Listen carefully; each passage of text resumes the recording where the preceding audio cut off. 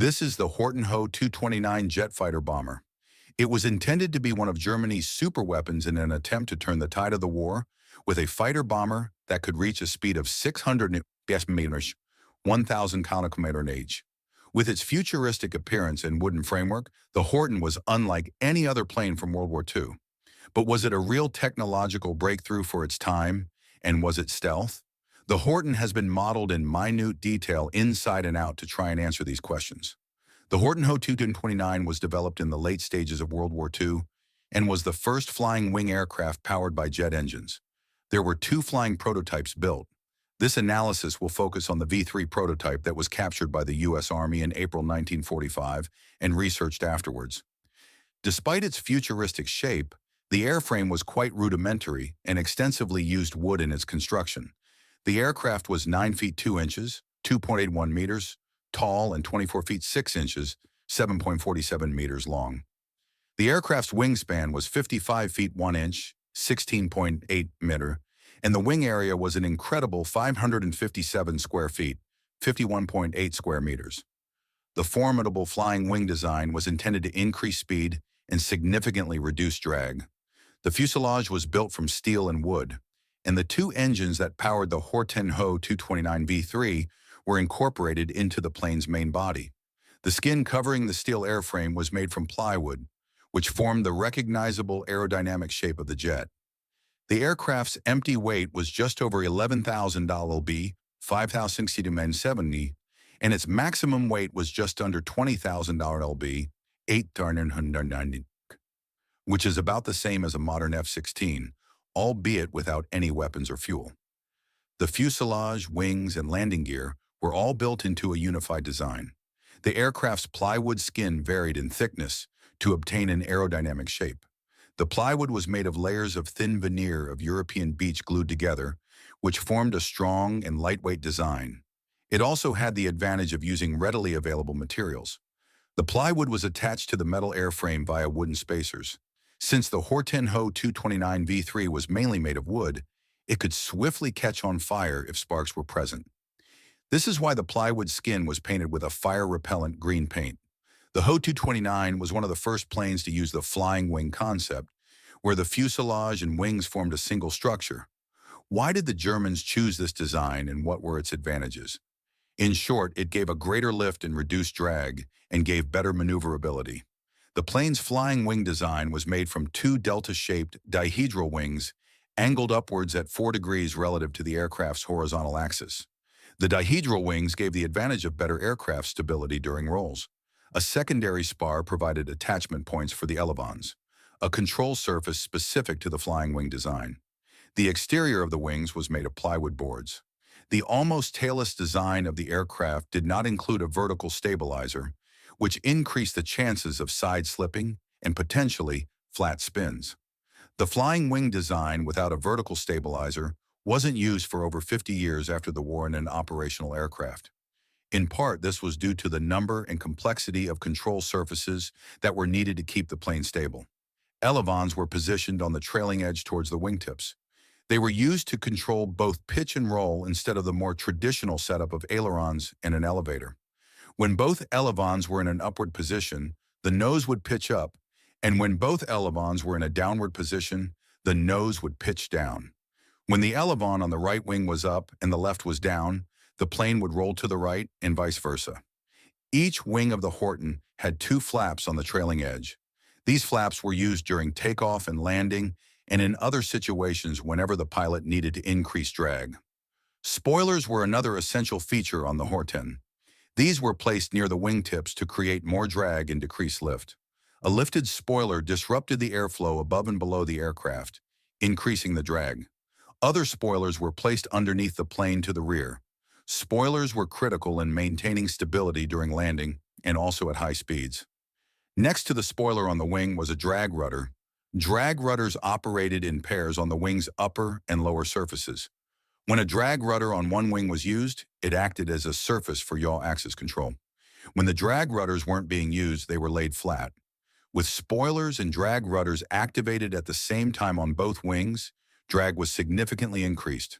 While ahead of its time, the many control surfaces and lack of computer control made the plane exceptionally difficult to fly, a problem that wouldn't be solved for many years after the war had ended. The Horton was powered by two Yonkers 004B2 Jumo engines, each with a thrust of 8.9 kN or 2,000 pound-force, lbf, at H700 RPM. The engine's length was 12 feet 8 inches, 3.86 meter, with a diameter of 2 feet 8 inches, 81 centimeter. The engine weight was 1,585 lb, 719 kilograms. Air was drawn into the open front section, then compressed by an 8-stage axial compressor and fed into one of 6 combustion chambers. In these chambers, the compressed air mixed with the injected fuel, and when ignited, it created a hot gas stream.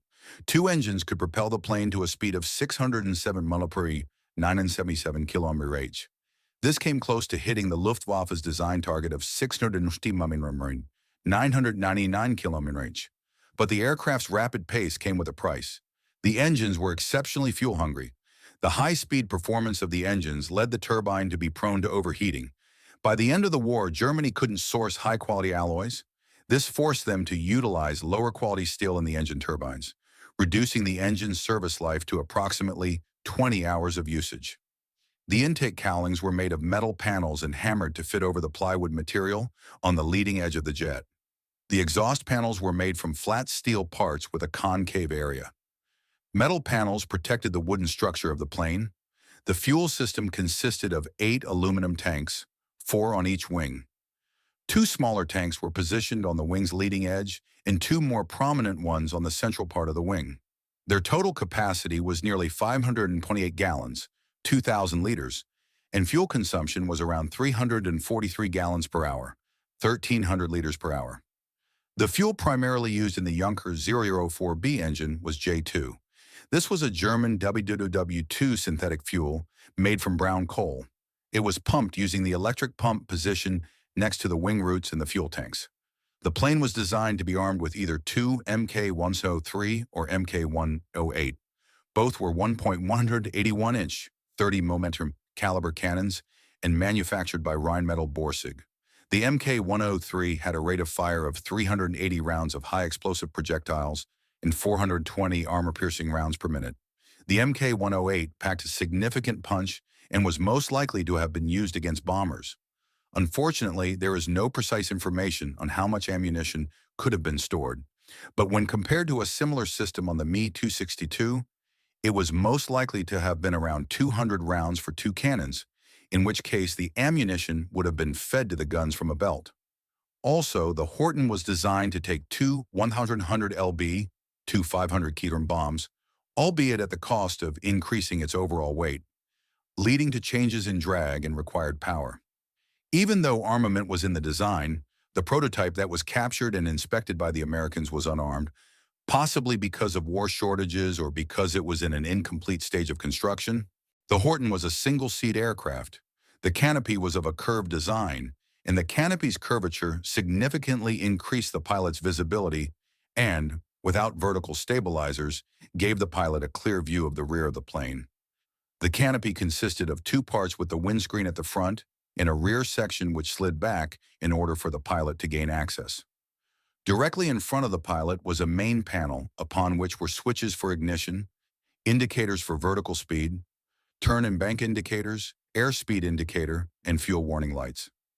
The second row of the panel housed indicators showing the flap's position, an altimeter, a compass, and 2 fuel indicators, one for the fuel tanks on the left wing and one for the fuel tanks on the right. There was also a direction finder indicator, which was an advanced piece of navigation equipment for the time, which picked up the direction of a radio beacon. Additionally, there were indicators for ambient temperature, engine RPM, and oxygen indicators showing pressure and flow. On each side of the control panel were 2 gauges for fuel injection pressure and exhaust temperature for each of the 2 engines. In the upper left corner were indicators for the position of the nose gear and the side gears. Fuel tank switches were on the left of the pilot seat, as well as a lever for deploying the brake parachute upon landing and a lever for controlling the spoilers.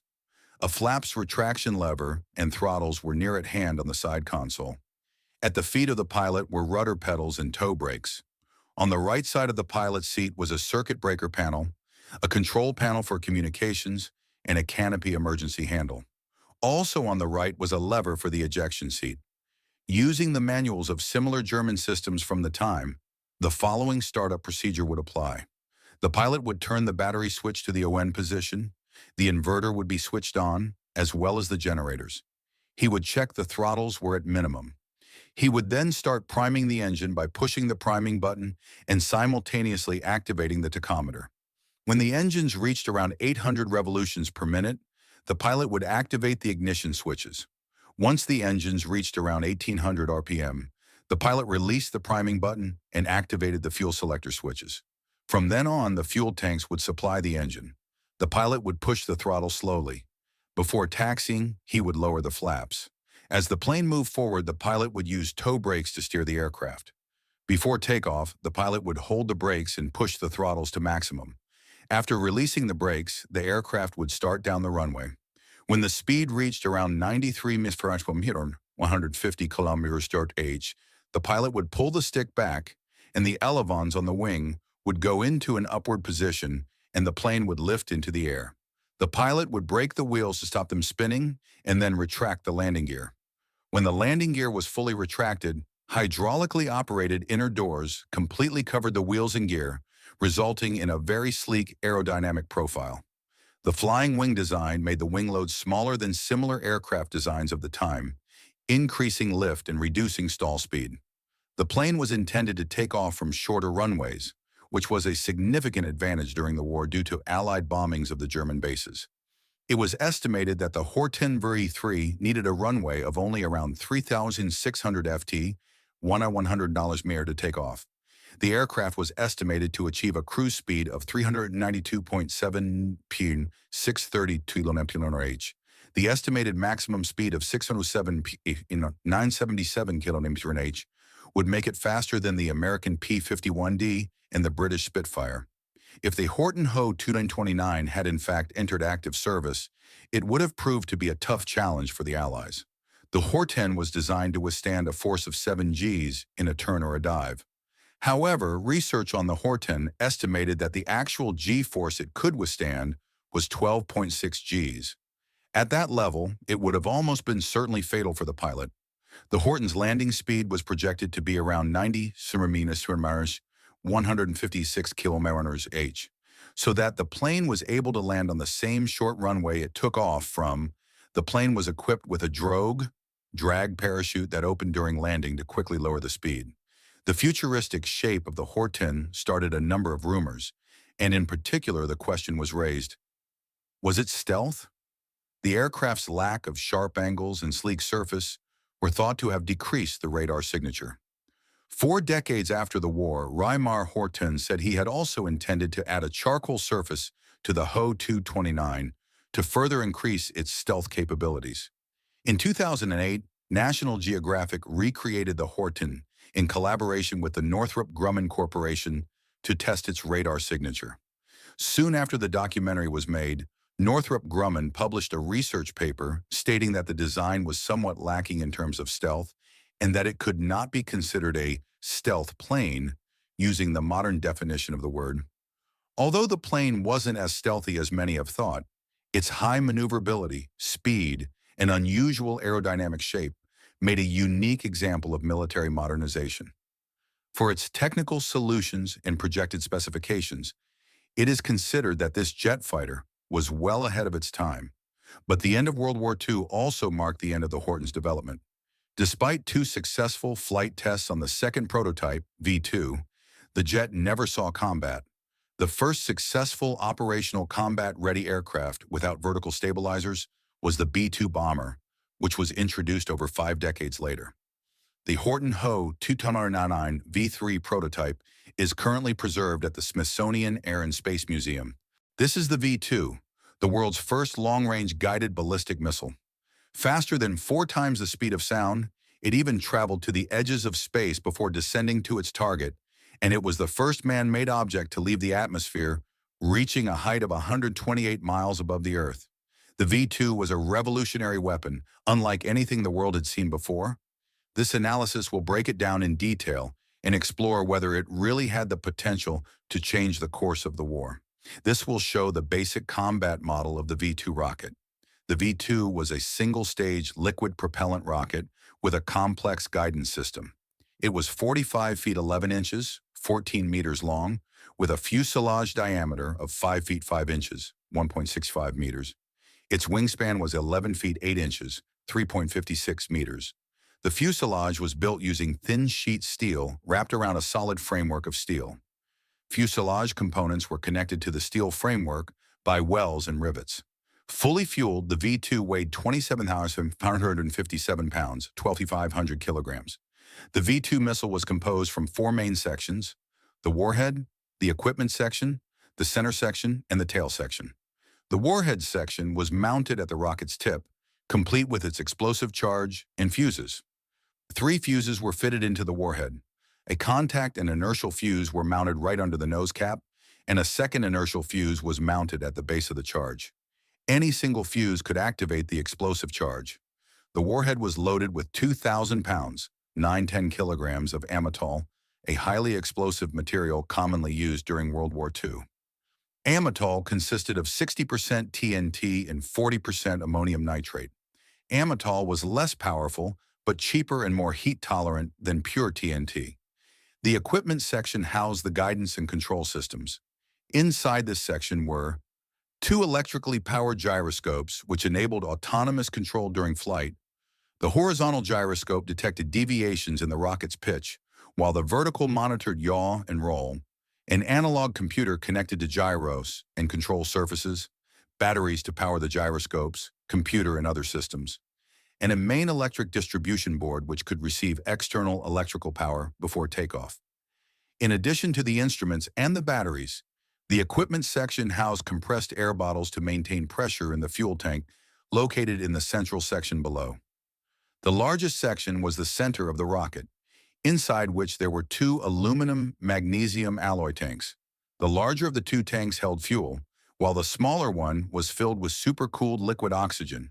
Both tanks were insulated with layers of glass wool that was pressed with wooden chocks to keep the insulation in place under heavy acceleration.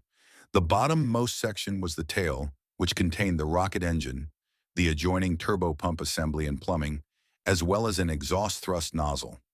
4 large stabilizing fins, or wings, protruded from the tail section.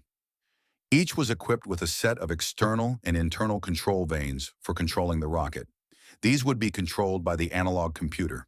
The details of the V-2's launch and flight sequence will be covered later.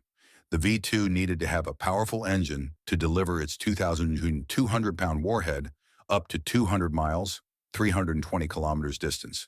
It was powerful enough to produce 55,000 pounds, 25 metric tons, of thrust for more than a minute. However, for this to be achieved, the engine had to consume a lot of fuel at very high pressure. German engineers designed an improved combustion chamber and pressure pump to meet these challenges. The combustion chamber was the core of the engine. The chamber had a double-walled structure with both inner and outer walls made of pressed steel. Fuel lines were fed through the double wall to the injector head. The fuel absorbed heat from the chamber walls. This helped cool the walls of the combustion chamber while also heating up the fuel. The injector head, consisting of 18 burner cups, fed fuel and liquid oxygen into the combustion chamber. The burner cups were also referred to as diffuser cups and were arranged in concentric circles. Each cup had a central liquid oxygen injector surrounded by 5 rows of fuel injectors and feed holes connected to the chamber's double wall. The fuel evaporating from the cup walls gave them some protection against high temperatures. As well, 4 rows of feed holes were drilled into the combustion chamber to give further protection from hot gases. If too much fuel was pumped into the space between the double wall design, the pressure could lead to a catastrophic explosion.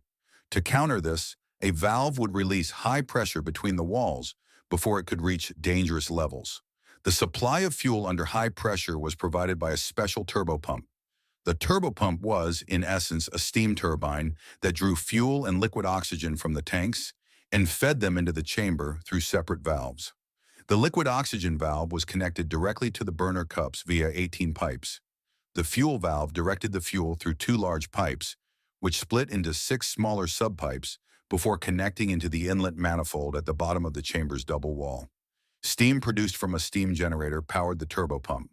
The steam generator, its fuel tank, and the turbopump were all mounted to a frame attached to the combustion chamber via 4 large bolt joints. The V-2's rocket engine was fueled by a combination of alcohol and water, with liquid oxygen serving as the oxidizer that enabled the fuel to burn. The primary fuel, labeled B-Stoff, was usually a mixture of 75% ethanol and 25% water.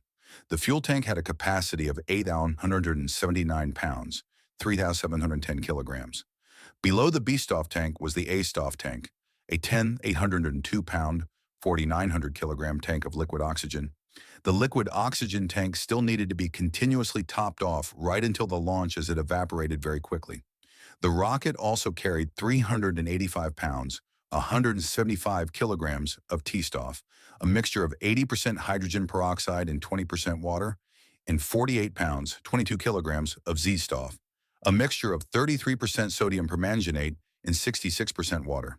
T-Stoff, in combination with Z-Stoff, decomposed into oxygen and steam to drive the 580 horsepower turbopump.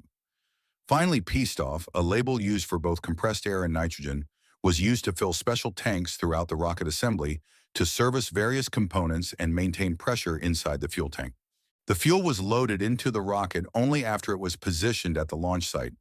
V-2 missiles were stored in protected bunkers, empty and without the warhead mounted.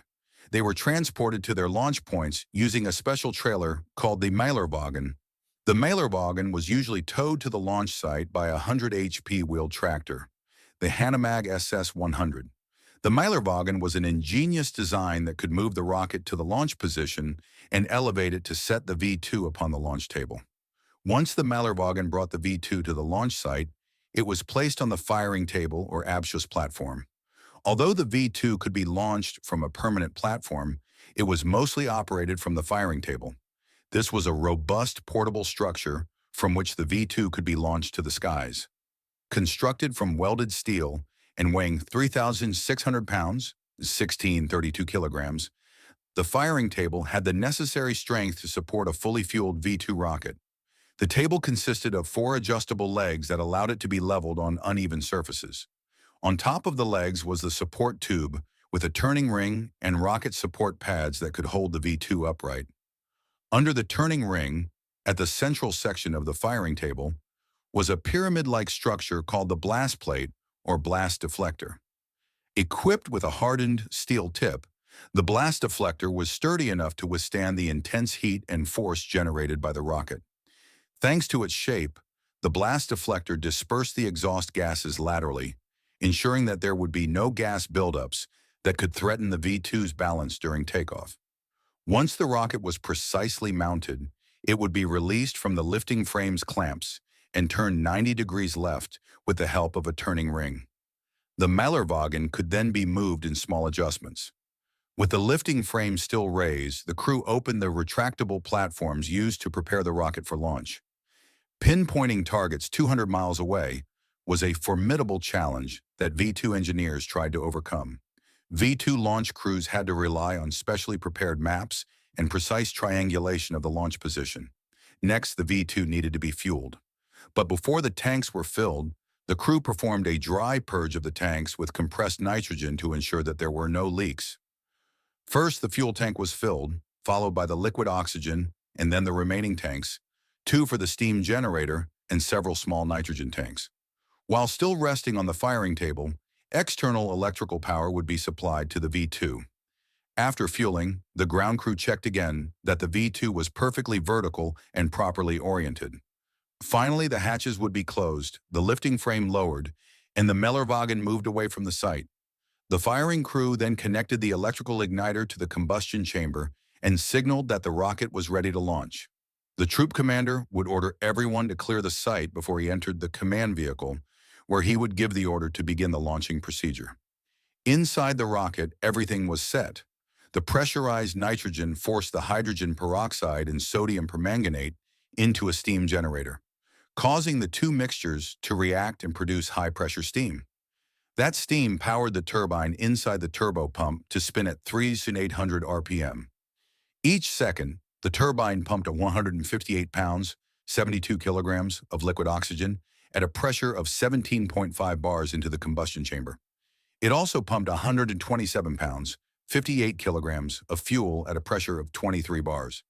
Inside, the mixture was ignited and brought to a temperature of 4,032 degrees Fahrenheit, 2,500 degrees Celsius, at a pressure of 15 bar. The ignition sequence didn't produce enough power to launch the rocket. It only served to give the control officer an indication that the engine was working properly. If everything was in order, a switch was activated for the turbopump to increase its speed to 5,000 RPM, causing the engine to produce a thrust of 55,000 pounds, 25 metric tons.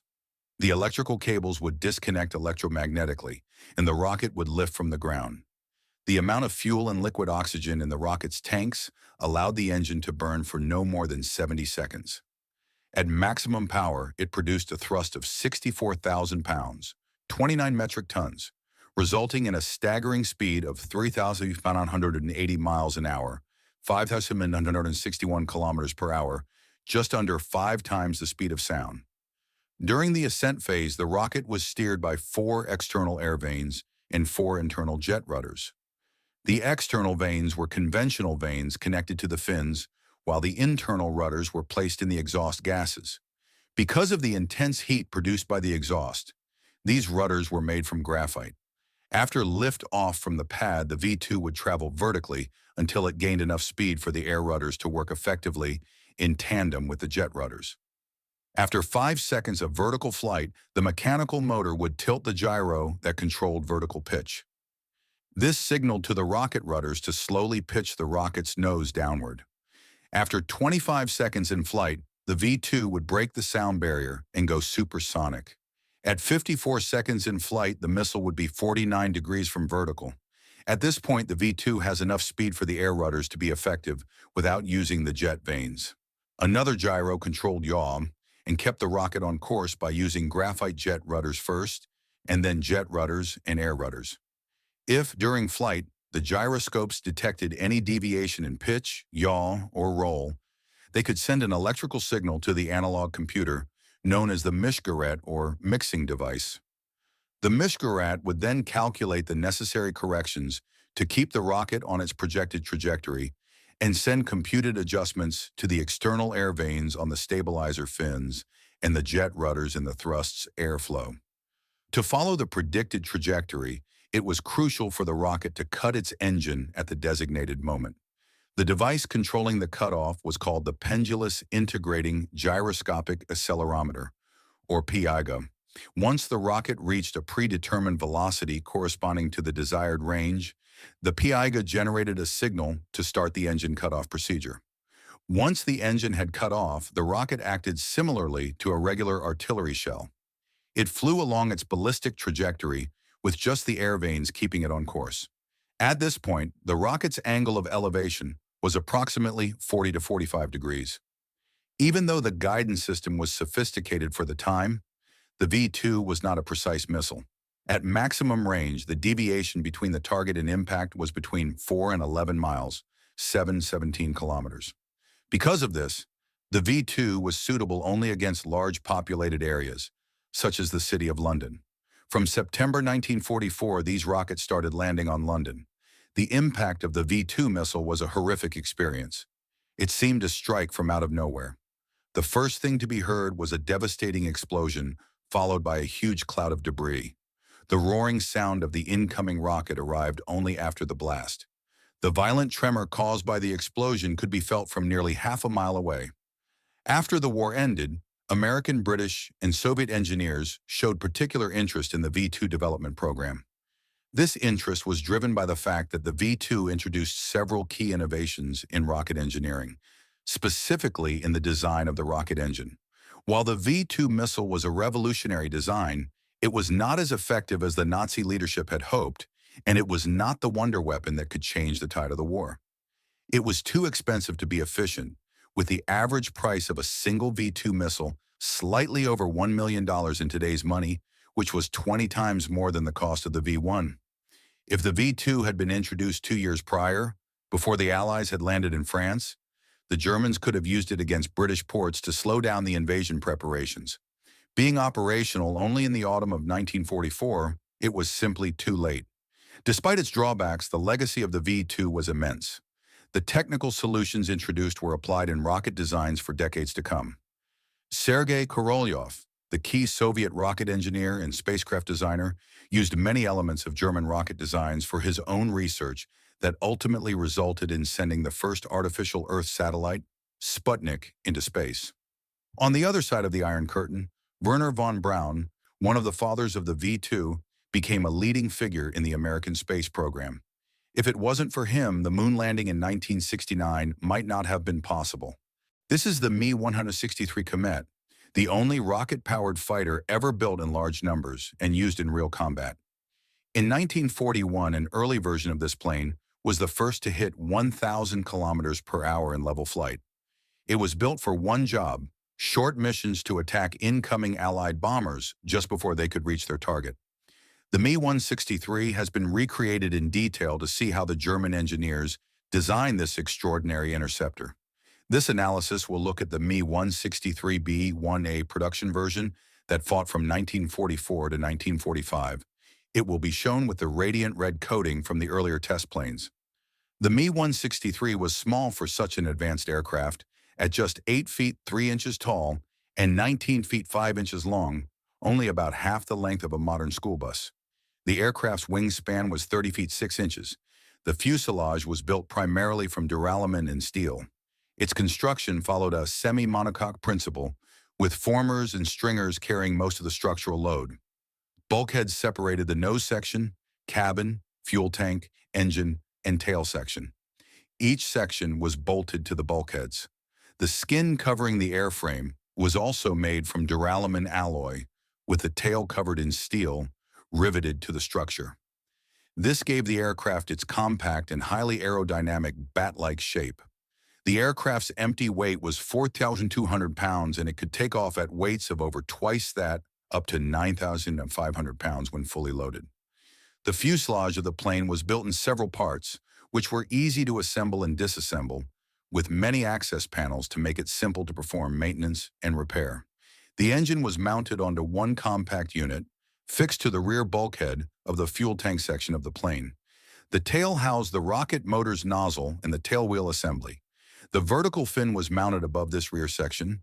Because of the plane's small size, the onboard batteries had limited capacity, so the Germans added a small wind generator to the nose of the fuselage, which was powered by the small propeller-looking device at the front of the plane. This produced electricity for the radio, instruments, and weapons while the plane was in flight. The wings were where the Me-163's advanced design really stood out. They were relatively thick, about 15.4 inches at their widest section, and swept back at a 25-degree angle. This sweep angle turned out to be optimal for subsonic speeds, giving the plane exceptional stability and control. This design also made it a highly effective glider. The main wing structure was made from plywood, with 2 plywood spars in each wing, a forward box spar, and a rear single spar. The wing outline was plywood as well, with the inner framework built from laminated wood. Strong glued clamps held everything together. The wing surface was also plywood covered with doped fabric. A static wing slat, known as the slot, was located right behind the outer leading edge of each wing. This helped reduce the stall speed and made the plane more controllable at slow speeds, especially during landing approaches. Each wing had 2 fuel tanks, one 19-gallon tank in front of the main spar, and a 47-gallon tank behind the main spar. These held sea stuff. Each wing connected to a steel wing root fairing on the fuselage using 3 strong points, 2 on the main spar and 1 on the secondary spar. The fixings were made of steel and fitted with bolts. The wing root fairings held the main weapons of the plane, 2 Mk-10I 30mm cannons. A protruding pitot tube on the wing measured airflow velocity to determine the speed of the aircraft. For transport by rail or truck, the wings could be taken off completely and placed alongside the plane, allowing it to fit a standard railroad car on Germany's rail network. The test pilots were not pleased with the red color scheme of the earlier test units, which resembled the Red Baron a little too much. For the Me-163B-1A, it was changed to the more traditional Luftwaffe camo patterns. The Me-163's unconventional tail design required a different approach to flight control. Due to the extremely hot rocket exhaust, conventional stabilizers with elevators would have warped or even caught fire. So they were removed on the Mi-163 design, and instead the main wings used elevons, surfaces that combine the functions of elevators and ailerons. When both elevons were in an upward position, the nose would pitch up, and when both elevons were in a downward position, the nose would pitch down. When the elevon on the right wing was up and the left was down, the plane would roll to the right and vice versa. The elevons could move 12 degrees up and 16 degrees down when controlling pitch, or up to 11 degrees up and 14.5 degrees down when working as ailerons. The vertical fin featured a rudder that could swing 35 degrees in either direction and controlled the yaw of the plane. The tail wheel was mechanically linked to the rudder. On the ground, the plane did not taxi, but it was towed into position. The rudder pedals were just used to keep the plane on a straight path during takeoff. Large flaps were located under the wings, which were used only during landing. These could extend 45 degrees downwards. Trim flaps were placed between the fuselage and the elevons. The Mi-163 was built to destroy bombers. The two 30mm Mk-108 cannons, made by Rheinmetall Borsig, weighed 137 pounds each and were designed specifically for this job. The length of each gun was 3.48 feet and its barrel 1.9 feet. The electro-pneumatic system cycled through each shot at 650 rounds per minute, with the muzzle velocity at 1,706 feet. With 60 rounds per gun, holding the trigger down would empty both weapons in less than 6 seconds. Each shell weighed 0.66 pounds and carried 0.18 pounds of explosive charge. They had very thin walls to maximize explosion. Normal 20mm guns often needed 20 hits or so to take down a heavy bomber. The Mi-163's cannons could destroy a B-17 with just 4 hits. A single direct hit was often enough to wipe out a fighter. Due to its distinctive pounding sound, Allied air crews called the Mk-108 the pneumatic hammer. The guns usually were set to converge at around 500 to 550 yards. The defining feature of the Mi-163 was the Walter HWK 109 5-NA1 rocket engine. Weighing 375 pounds, it consisted of 2 main assemblies connected by a cylindrical thrust tube. The forward assembly was roughly cube-shaped. It housed the turbine, fuel pumps, control box, electric starter motor, and pressure-reducing valves. The rear assembly contained the combustion chamber with 12 individual injector jets arranged in 4 groups of 3. Starting the engine was a complicated process. Pressing the starter button kicked off a small steam generator. The steam spun a turbine, which powered the fuel pumps.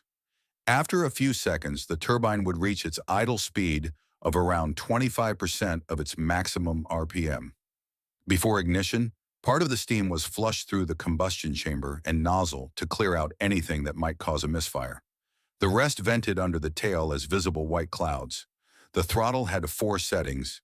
At idle, no fuel entered the combustion chamber. The steam kept the pumps running at low pressure, and fuel valves stopped fuel from entering the combustion chamber. At minimum power, the steam flow to the chamber stopped. The turbine spun faster. Pumps delivered fuel through the first set of regulator valves, and the first group of injectors would fire. This produced 247 pounds of thrust. Medium power activated the second valve set in the second injector group. Maximum power engaged all valves and all 12 injectors, delivering 3,727 pounds of thrust. It was a complex system, and it only existed because aviation officials demanded variable thrust. In theory, the low setting was meant to save fuel at high altitude, but in practice it barely helped. Even at reduced thrust, the engine burned fuel very quickly. At full power, it could only run for about 7.5 minutes, just enough time to climb, attack, and try to make it back to base without power. For the fuel, the Mi-163 used T-Stoff and C-Stoff compounds. The T-Stoff was a strong mix of hydrogen peroxide and water. It acted like the oxygen supply for the engine and a source of steam for the steam turbine. C-Stoff was a mix of methanol and hydrazine and provided the fuel. The 2 components were hypergolic, which means that they ignited spontaneously when they came into contact with each other. The Mi-163 featured 3 T-Stoff tanks with a total capacity of 306.5 gallons. Two small 16-gallon tanks sat next to the pilot in the cockpit, and a huge 275-gallon main tank was placed right behind the seat. Regular steel tanks were replaced with aluminum to prevent T-Stoff from triggering corrosive reactions that could quickly weaken the metal. C-Stoff was carried in 4 steel tanks lined with enamel inside the wings. Altogether, they could hold 132 gallons. All of the tanks were cushioned with rubber bands to prevent friction and leaks. If a leak ever did occur, the T-Stoff could dissolve organic tissue on contact. Small spills were life-threatening for pilots, and because of this, they wore heavy protective suits whenever they were inside the cabin. The Me-163 was a single-seat aircraft. A 0.6-inch conical noseplate protected the front, while bulletproof glass shielded the pilot from incoming fire. Additional armor plates protected the pilot's back, head, and shoulders. Directly in front of the pilot was the main instrument panel arranged in 2 rows. The upper row housed the airspeed indicator, artificial horizon, and rate of climb indicator. The lower row contained the altimeter, tachometer, which measured turbopump RPM, and a fuel gauge. The panel also included a clock and a compass for navigation, a thrust indicator, a temperature gauge, and a fuel pressure indicator for engine monitoring. Warning lights showed the status of electrical systems, radio equipment, and oxygen supply. The standard Luftwaffe Revidars 6B gun sight sat above the instrument panel for aiming the cannons. Behind the panel was the radio and battery system. The control stick and rudder pedals provided flight control, while the trim regulator allowed for fine adjustments. Instead of a traditional throttle, a power setting selector was mounted over the left T-Stoff tank. Levers for the landing skid and for jettisoning the canopy were positioned forward of the tank. On the right side, above the T-Stoff tank, were controls for oxygen, electrical systems, and radio equipment. The Me-163 had an unpressurized cockpit, which made it challenging to fly. Pilots required altitude chamber training and special low-fiber diets before flights to prevent internal gas from expanding painfully during the aircraft's rapid climb. To get the Me-163 ready for takeoff, ground crew used the Schleppschlepper, a specialized 3-wheeled tug, to position the aircraft on its takeoff dolly. The plane never taxied under its own power because the rocket fuel was too precious. After refueling, the pilot began the startup sequence. He would turn the master switch to activate electrical systems, then the radio switch. The instrument panel came alive. He checked radio contact with flight control, then tested the control stick and rudder pedals. The pilot then moved the throttle to the start position. Only then could the starter button be pressed. Moving the throttle lever through its settings brought the engine to life. C-Stoff cooled double-walled combustion chamber, then passed through atomizing nozzles. T-Stoff then entered through its own nozzles. When the chemicals met, they exploded into flame, producing gases that provided thrust, starting the acceleration. German pilots used the scharfer start, the sharp takeoff. The Me-163 accelerated down the runway on its wheeled dolly. At about 80 mph, the control surfaces became effective. The pilot could finally steer with rudder and 11s instead of just the tail wheel. At 200 mph, the aircraft lifted off. It flew horizontally, building speed to 420 mph with the dolly still attached to the plane. Then the pilot would pull the skid up, releasing the dolly's locking mechanism. A pneumatic ram pushed the dolly away from the skid. With the weight gone, the pilot would pitch the Me-163 into a 70-degree climb, an angle no other fighter of the war could match. While most fighters of the war could manage a maximum vertical speed of 49 to 66 feet per second, the Me-163 could rocket upward at 266 feet per second. In less than 4 minutes, it could reach 39,000 feet, and once it reached that height, the Me-163 could cruise at 550 mph. Fuel limitation was a major issue. Pilots usually only had enough for 2 attack runs before they had to break off and return to base. Most of the time, pilots spotted their targets once they reached altitude. Massive boxes of B-17s droning towards German cities. For the pilot, there was little time to make decisions. The concentrated burst of power from the rocket engine delivered altitude and closure in a matter of seconds. Whatever happened next had to be completed inside that narrow window. The pilot had to choose: climb above the bomber formation, then dive down through the defensive fire, or make a low approach, cut across from below, climb, and dive again.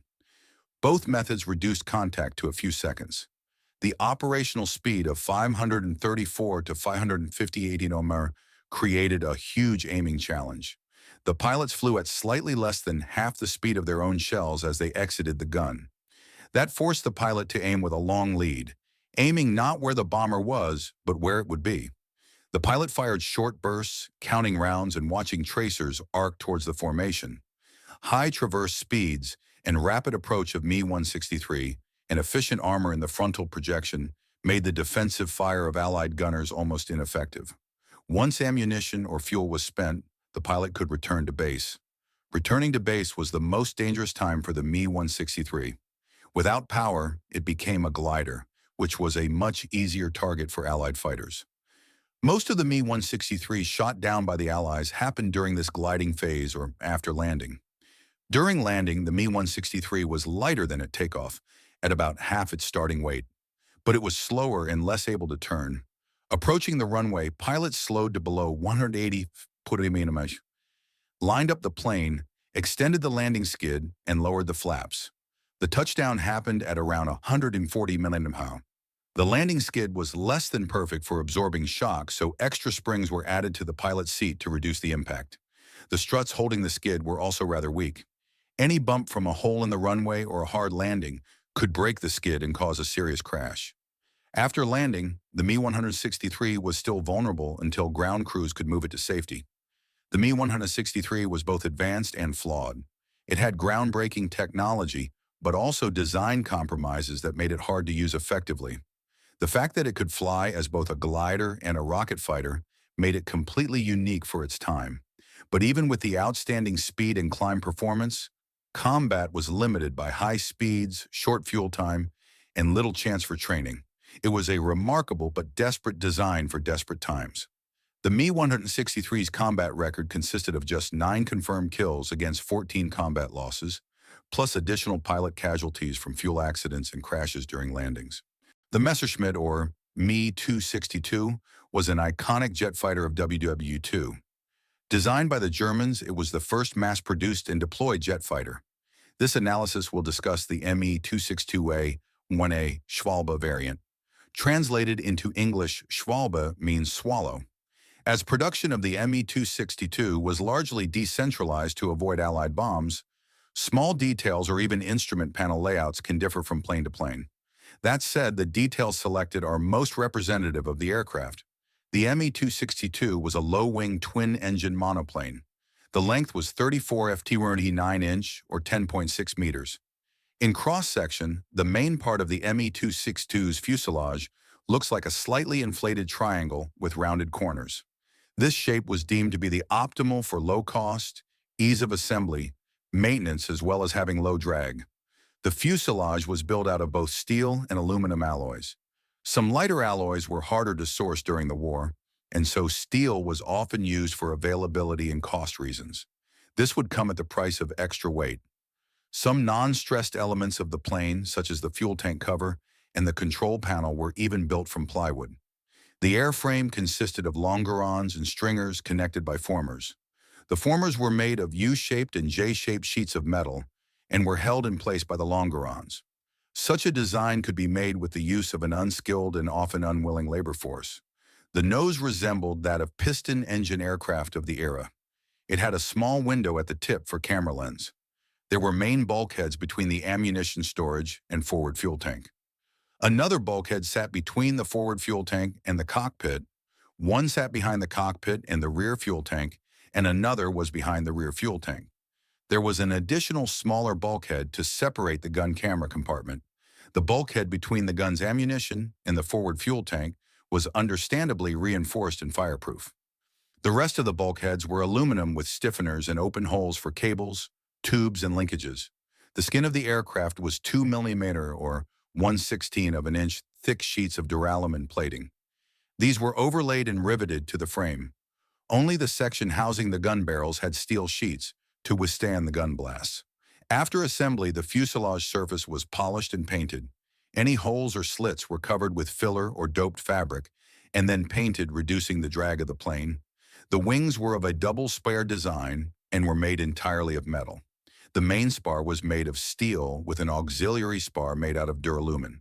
Spars were connected by main ribs and auxiliary ribs. The skin consisted of 2.1 millimeter or 2/25 of an inch thick duralumin sheets. Only on the lower part of the wings there were segments of 0.25 millimeter or 1/10 of an inch thick steel sheet. The wingspan was 41 feet 4 inches or 12.6 meters. The wings had an angle of sweep on the leading edge of 17 degrees. The transverse angle of a wing on a plane is the angle at which the wings are positioned relative to the horizontal axis of the aircraft. On the Me-262, this was 5 degrees, which meant the wings were slightly pointed up. Along the entire leading edge of the wing, except for the areas occupied by the engine nacelles, were located retractable automatic 3-section slotted wind slats. These slats were designed to improve the wing's performance at high angles of attack, such as during slow-speed flight or when maneuvering. On the trailing edge of the wing were flaps. When extended, the flaps increased the wing's surface area, generating more lift at lower speeds, thereby allowing the aircraft to take off and land at those lower airspeeds. To avoid pilot error, on the Me-262, the flaps could only be deployed when the undercarriage was lowered. The flaps were two-sectional and separated by the engine nacelles. Ailerons that controlled roll were also separated in two parts to avoid issues as a result of aerodynamic deformation of the wing. The tail consisted of a vertical stabilizer to which was attached a rudder to control the yaw of the airplane. There was a horizontal stabilizer to which were attached two elevators to control the pitch of the plane. Their construction was all metal. The tail assembly, like the wings, had a swept-back design. The horizontal stabilizer had a sweep angle of 23 degrees, and the vertical stabilizer had a sweep angle of 45 degrees. The landing gear was a 3-point tricycle scheme with a front nose wheel and two main wheels under the wings, featuring all pneumatic shock suspension. Usually the wheels were released and retracted by the hydraulic mechanism. The power was supplied by two Jumo 004 B1 jet engines, each with a thrust of 8.83 kN or 1,984 lbf. The Jumo 004 was the first successful axial compressor turbojet engine and a predecessor of all modern turbine jet engines. Air was sucked into the open front section, then compressed by an 8-stage compressor and injected into one of 6 combustion chambers where the air mixed with injected fuel and was ignited, producing a stream of hot gas.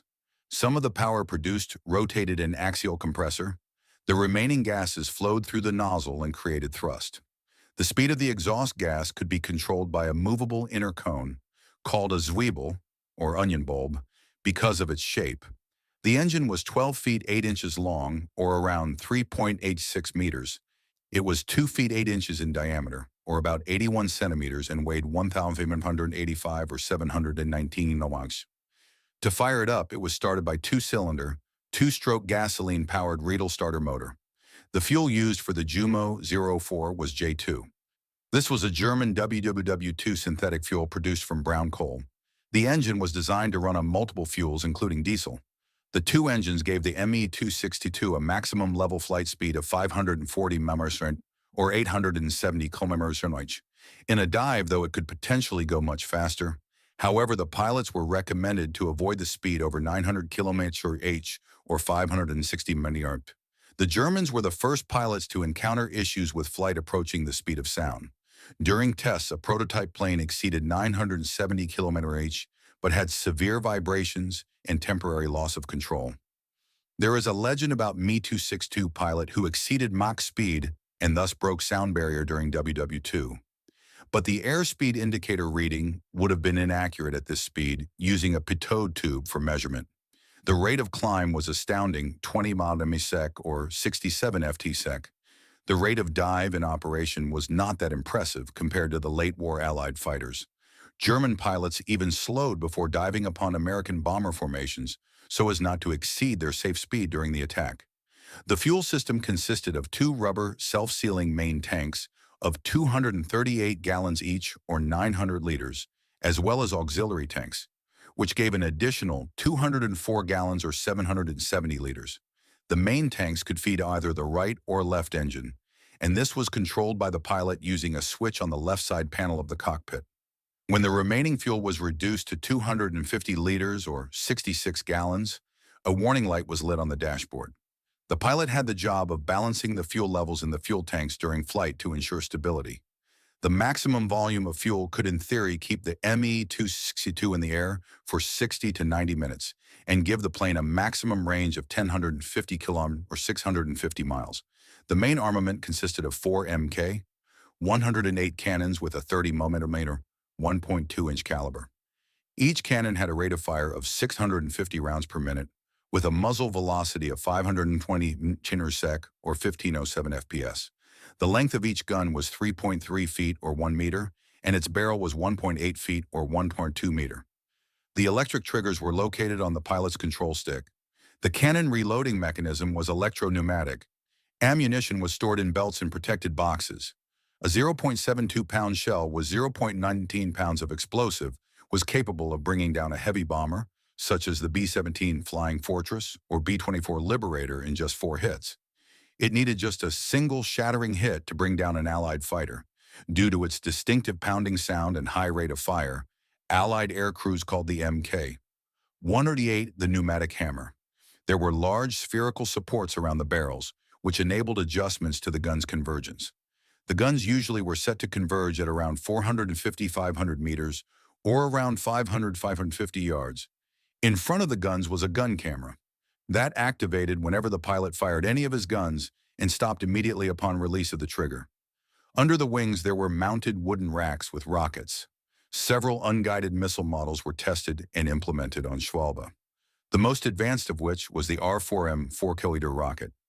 These missiles could be fired from distances of up to 1,000 meters or 1,100 yards. Their trajectory in the middle range was roughly similar to the trajectory of the shots from the Mk-108, so the same gun sight could be used for the aiming of both weapons.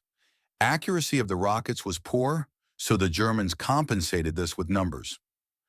Usually an Me-262A1 carried 24 of these missiles in total, a dozen under each wing. The rockets had electrical ignition and could be launched as a volley or one by one. Aside from fuel tanks and the bulkheads around them, the cockpit was protected by a frontal 3.5-inch, 90mm bulletproof glass and a 15mm, 3/5 of an inch steel backplate behind the pilot seat. On later planes, the backplate was extended to reach behind the pilot's head. The cockpit had a 3-section canopy. The cabin's layout was traditional, with only the engine indicator panel taking more space than usual. Trim regulators, engine throttles, hydraulic, pneumatic, and oxygen indicators and controls were to the left of the pilot. Switchboard, radio controls, and Riedel engine starters to the turbines were controlled on the right-hand side of the pilot and instrument panel with 2 clusters of indicators. Flight indicators to the left and engine indicators to the right was directly in front of the pilot. A rocket launch panel was added below the main instrument panel. The gun sight used most of the time in the Me-262 short career was the standard sight of the Luftwaffe, the Revi-16B. This was a reflector gun sight which projected a ring and crosshair reticle onto glass directly in front of the pilot. It was less effective than the later gyroscope, tuned EZ-42 model, but was effective enough for short ranges and against large targets. To enter the cabin, a pilot would climb on the left wing and lift the middle section of the canopy and climb in. The seat had no padding, and so the pilot sat on his parachute. After entering, the pilot would buckle up. The pilot would activate a number of switches in order: the battery switch, then the inverter, then the generators. He would ensure that the fuel selector valve was off and the throttles were at minimum. He would push down the starter handle to prime the Riedel starting motor. He would then pull the starter handle and hold, and at the same time he pressed the tachometer button and hold it in. The engines would then rotate. When each engine reached 700, 800 RPM, the pilot would press the ignition button on the right side of the throttle and hold. A deep throbbing noise would be heard as the unit began firing. Then the engine speed would be increased to around 1,800, 2,000 RPM. The pilot could then release the starter handle and tachometer button and open a fuel selector valve. At this time, the rear fuel tank is supplying both engines. The pilot would slowly advance the throttle to 3,000 RPM. At 3,000 RPM, the pilot released the throttle ignition button as the engine is now self-igniting. On the ground, the pilot steered by using the main wheel brakes. By now, the jets are running at 4,000, 6,000 RPM. With the plane in position, the pilot would hold the aircraft with the main wheel brakes and open the throttles very slowly for the engine to reach around 7,000 RPM. He would then switch the left engine to the front main fuel tank and the right engine to the rear main fuel tank. Releasing the brakes and opening the throttles fully would start the plane down the runway. All the while, he would make directional corrections with brakes only.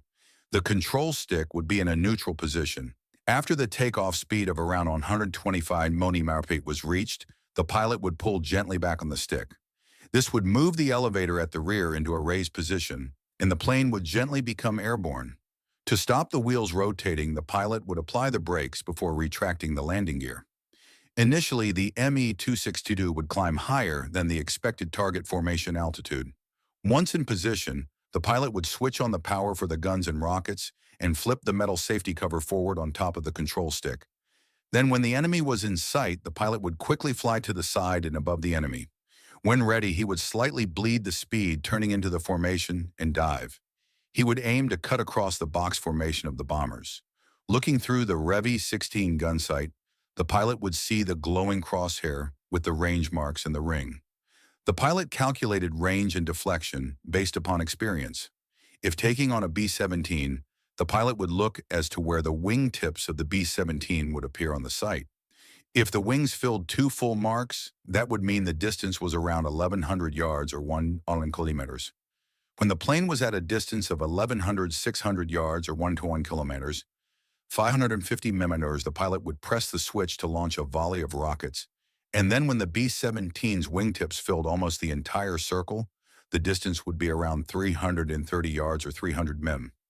The pilot would press the buttons to fire short bursts from his 30mm guns to shoot at any available target as he passed. After diving, the Me-262 would try to climb back higher than the bombers to make another pass. But if too many escort fighters were gunning on him, the pilot may simply accelerate and outrun the pursuers until they lost sight of the German jet. When low on fuel or ammunition, the pilot would head for home. Inability to maneuver and relatively slow speed at takeoff and landing was used by Allied pilots to catch the Me-262s when they are most vulnerable, by diving at slow and unmaneuverable targets from above. This tactic got the nickname rat catching. It's estimated that around 1,470 Me-262 were built in total. Due to delivery and logistics issues and a lack of trained pilots, only around 300 Me-262s took part in action. Eventually, the Me-262 proved to be a formidable interceptor. But at this time, the German industry was too damaged, and the U.S. industry produced too many planes that the Me-262 could not really make a difference. The Me-262's conceptual scheme was copied in many designs, such as the Soviet Su-9 and the Japanese Nakajima Kika.